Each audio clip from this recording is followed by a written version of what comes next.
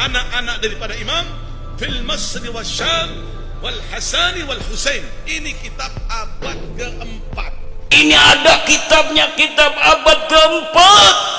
Sudah sahih di sini disebutkan bahwa Ubaid anaknya Ahmad. Ini kitab namanya Abnaul Imam. Wah.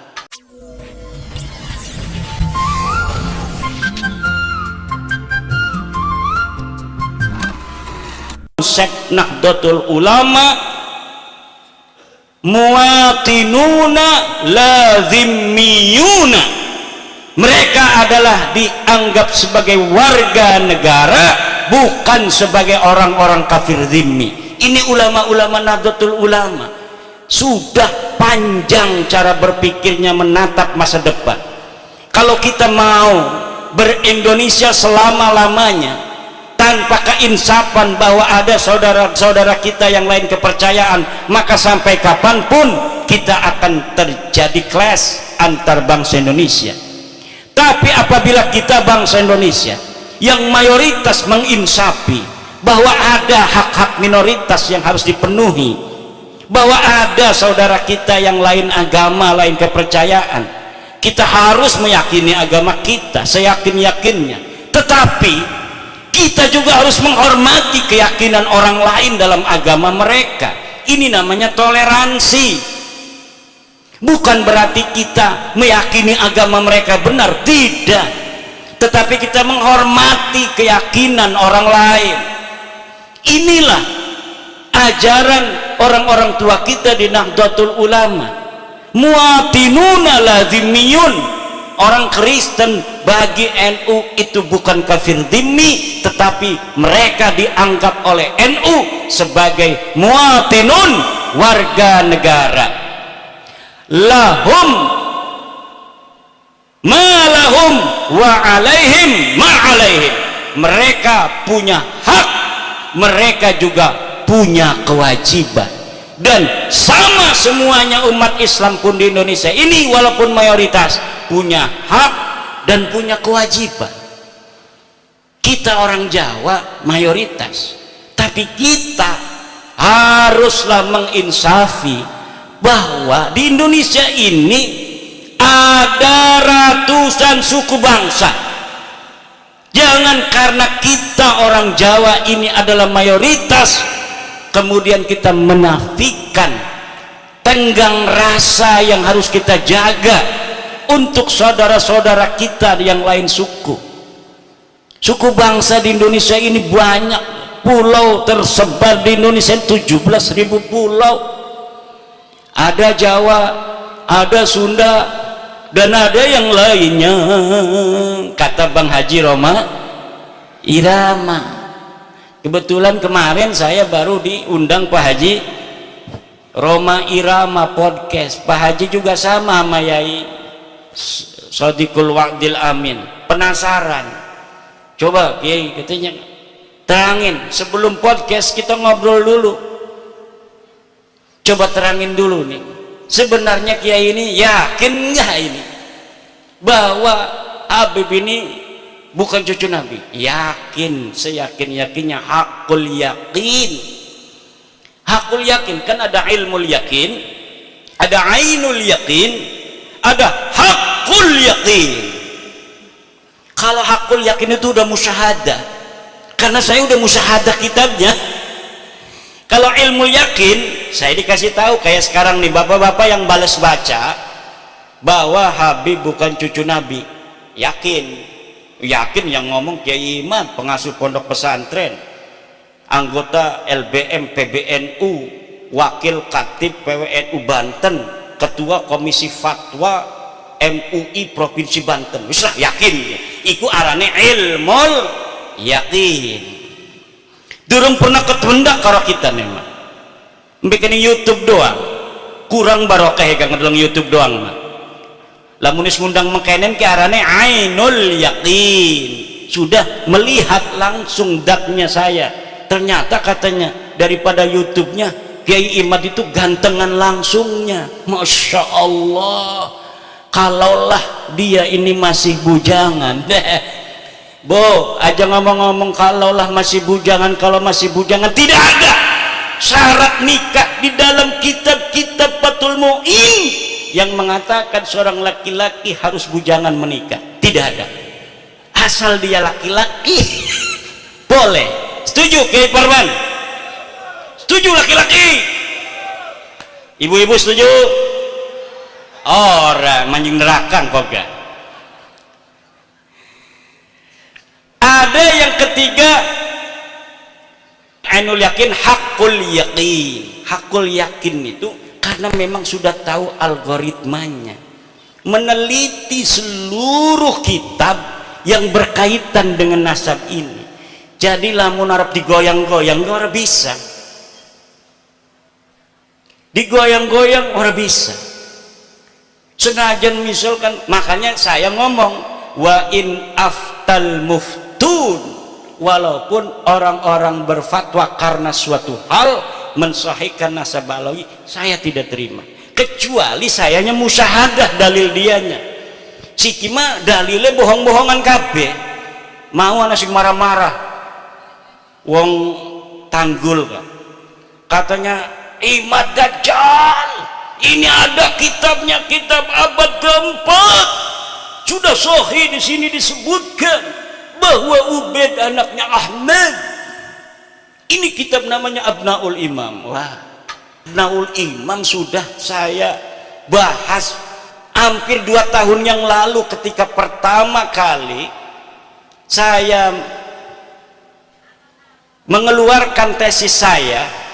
Seorang kiai dari Pelamunan Banten datang ke rumah saya, manggilnya Abah sama saya, kiai dari Pelamunan, sekarang ketua PCNU Kabupaten Serang sekarang, namanya Gus Robi. Abah, ini ada kitabnya ini, karena dia mondoknya di Yaman. Ini ada kitab Abnaul Imam fi Misr wa Syam. Masya Allah, kata saya tidak ketemu kitab ini, kok Kiai Robi bisa ketemu. Sini saya lihat, saya teliti kitabnya, ternyata kitab ini adalah kitab palsu, baru dicetak tahun kemarin, tetapi mengatasnamakan tahun 473 atau 37 Hijriah. Ternyata kitabnya itu kitab aslinya 20 lembar, dikarang oleh orang yang ada di tahun 199 Hijriah, hanya menerangkan anaknya Sayyidina Ali dan cucunya Sayyidina Ali, Abnaul Imam fi Misra wa Syam Al-Hasan wal Husain. Tidak menerangkan yang lainnya karena tahunnya saja masih tahun 199 Hijriah, sedangkan Ubaid itu wafatnya 383 Hijriah. Masa iya orang yang hidup di tahun 199 Hijriah bisa mencatat orang yang ada di tahun 383 Hijriah? Bohong apa oraku? Bohong. Lah iki jebari marah-marah bahwa kitabnya sudah ditemukan, ini kitab abad keempat. Ya 473 kan kudunya abad kelima. Wis ngomongnya salah, isinya salah. Kalau misalnya kitab itu benar, itu sing cerdas-cerdas kan sing ngebela kayak Rumel Abbas, kayak Idrus Romli, itu dulu yang akan dipakai untuk menjawab saya. Profesor Said Agil Al-Munawwar pasti akan membawa dalil itu kepada saya. Tetapi kenapa mereka tidak membawa? Karena mereka pun tahu itu kitab palsu, dan kepalsuan itu diakui di mukaddimahnya ada. Mukaddimahnya ini kitab dikarang pada 199, tetapi kemudian ditambahi pada abad ke-12, ditambahi lagi pada abad sekian, ditambahi lagi oleh yang terakhir Yusuf Jamalul Lail yang baru wafat beberapa tahun kemarin.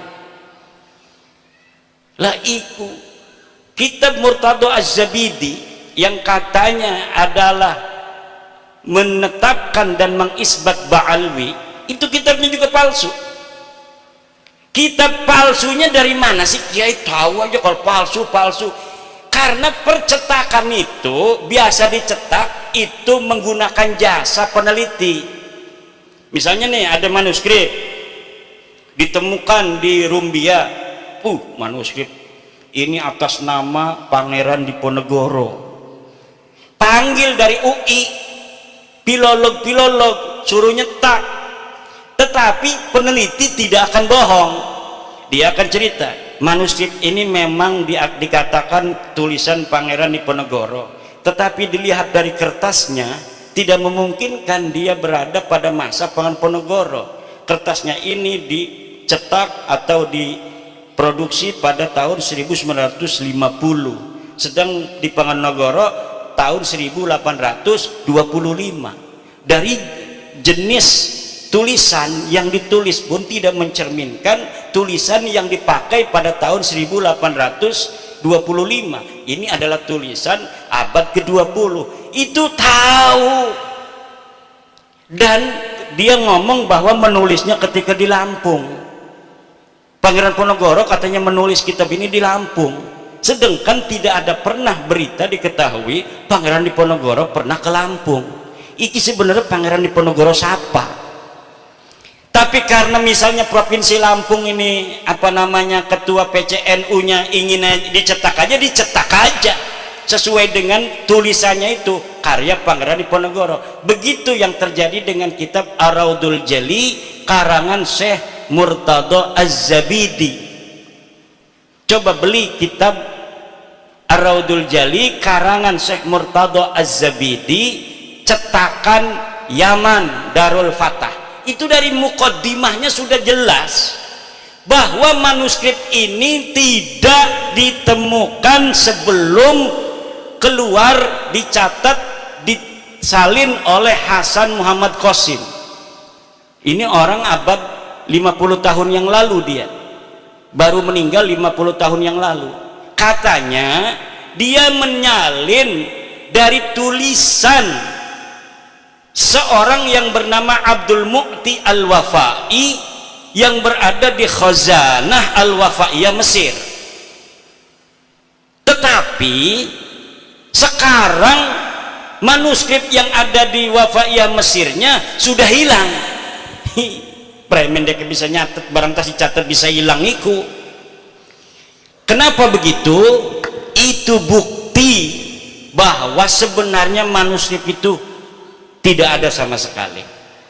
Karena beberapa klaim mereka punya manuskrip di dalam sebuah kitab yang namanya Uqudul Almas karya Alwi bin Thahir, setelah saya konfirmasi di kitabnya bohong. Misal bahwa Imam Ahmad bin Isa berhijrah dari Basrah ke Yaman, disebutkan oleh Imam Al-Ubaidili di dalam kitabnya. Saya buka kitabnya Imam Al-Ubaidili, tidak ada keterangan itu. Kemudian bahwa Ahmad bin Isa bergelarnya tidak pernah ada Al-Abah dan An-Nafat. Gelarnya menurut dia hanya Al-Muhajir. Ternyata tidak seperti itu. Kitab yang dia sebutkan tidak menyebutkan An-Nafat. Saya lihat ya yang bergelarnya An-Nafat, tukang minyak. Yang satu lagi bergelarnya Al-Abah.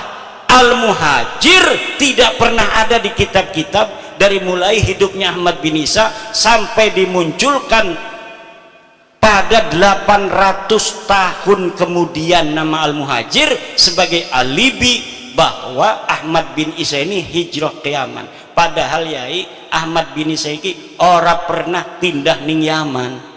Laka sama sekali berita kepindahan Ahmad bin Isa ke Yaman. Dia terkonfirmasi kitab abad kelima Al-Ghaibah karangan At-Tusi adanya di kota Madinah Al-Munawwarah. Dicari kapan wafatnya, tidak ada berita kapan wafatnya. Dicari di mana dia ini dikebumikan, tidak ada. Kenapa sampai dia tidak dicatat? Mungkin dia mati muda, tidak terlalu banyak peran dalam kehidupan.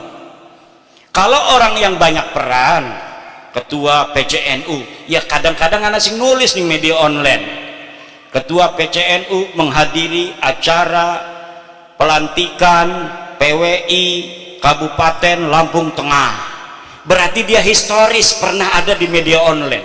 Coba nama yang hadir, coba lihat di Google, ketik nama Kiai Haji Suparman Abdul Karim, langsung merebet tanah. Dia historis, banyak yang memberitakan.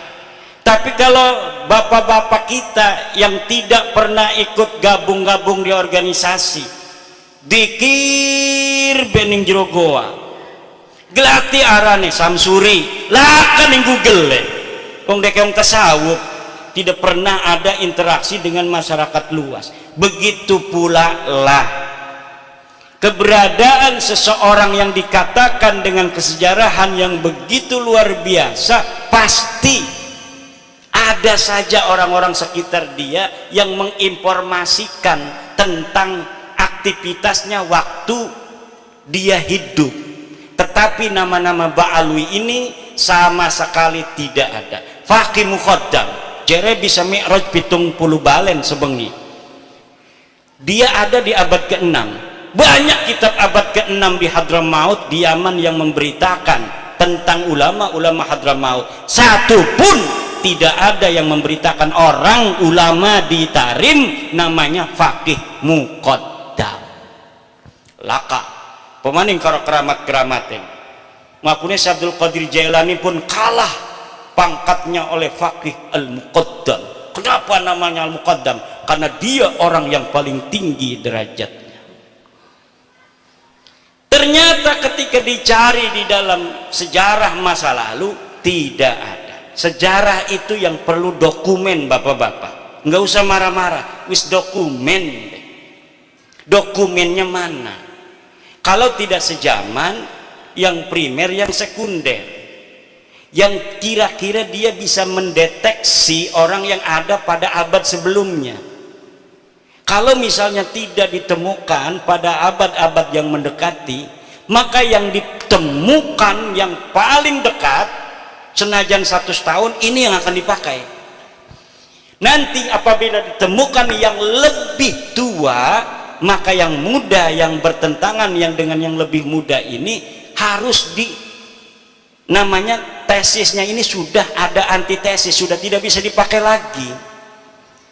Bengen suhro istifadah Habibi KKP bin Syihab bin Smith bin Yahya As-Sagab turunan Nabi, tapi siki anatesis abade abad tua 4, 5, 6, 7, 8, 9 bahwa deket dudu putune Kanjeng Nabi, ya kudu nerima. Tes DNA ini melenceng, turunan Nabi kudune J1, dekema tes DNA ini hasilnya G, haplogrupik. Turunan Nabi Muhammad, turunan Nabi Ibrahim J1 haplogrupnya. Mereka 180 orang yang sudah tes DNA kebanyakan G. Ini menunjukkan bahwa mereka bukan sebagai turunan Nabi, tapi juga bukan orang Arab. Kenapa sih kepuntang-puntang Kiai Imad kok ngomong ikut terus? Karena penting buat warga NU yang percaya kepada penghormatan kepada keluarga Nabi, hanya warga NU. Lamun putu Nabi asli mah dimai duit gemumbu dibalikakan maning. Putu Nabi asli kependak, putu Nabi asli misalkan bapak-bapakku, bapak menghormati dekenya lebih menghormati nanane. Itu ciri-ciri keturunan Nabi asli. Kalau kita menghormati dia, lebih menghormati kita. Kalau kita ngasih duit, dia lebih ngasih duit pada kita, karena nggak mau kalah keturunan Nabi pada kebaikan. Kalau orang tawadu, maka kita akan kalau kita tawadu, dia akan lebih tawadu. Itu ciri keturunan Nabi asli. Lebih baik dia yang menanggung derita daripada rakyat yang menanggung derita. Itu ciri keturunan Nabi asli. Bukan yang mengorbankan orang lain untuk kepentingan dia, bukan. Ciri Nabi asli itu keturunannya adalah keturunan Nabi asli, dia rela menderita, yang penting umat Islam ini bahagia. Bukan sebaliknya, nyuruh orang-orang berantem demi kepentingan dia, sementara dianya aman-aman saja. Nyuruh orang-orang Indonesia berantem, dianya enak-enakan tidur.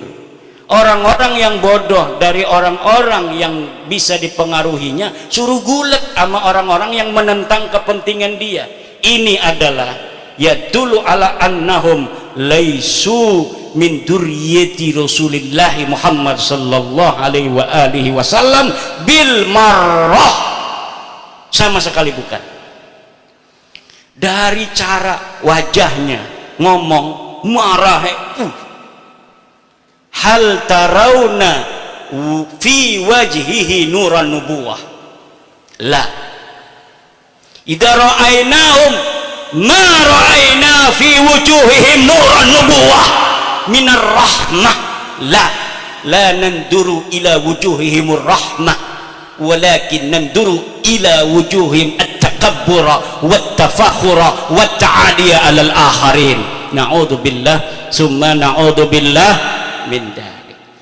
Ikilah ibu-ibu, bapak-bapak, kepunteng-punteng saya kadang-kadang suka capek juga, tetapi karena ini merupakan sebuah, menurut saya la yajuzu lil alimi kitmanu ilmihi fi hadal bab ay fi hada tazwiri nasab fil babi ay fi tazwiri nasab.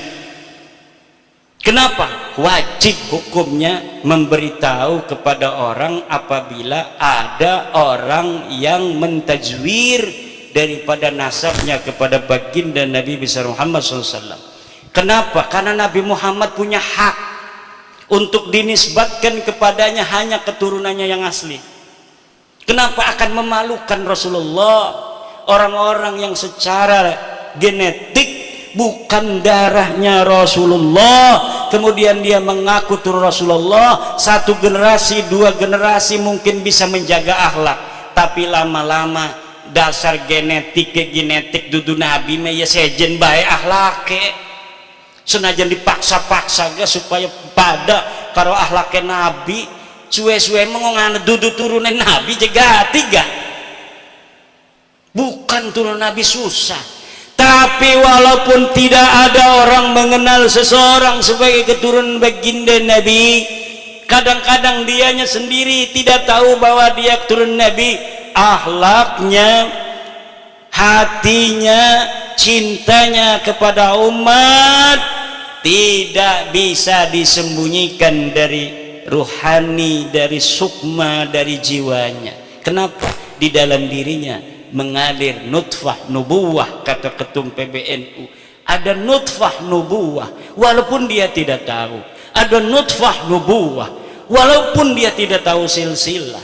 Dan bangsa Indonesia ini diyakini oleh ketua umum PBNU, kebanyakan dari bangsa Indonesia yang muslim ini mempunyai nutfah nubuwah kepada Nabi besar Muhammad sallallahu alaihi wa alihi wasallam. Mungkin demikianlah, sudah malam sekali nih ya. Wallahu huwal muwaffiqu ila aqwami thariqin. Wassalamualaikum warahmatullahi wabarakatuh.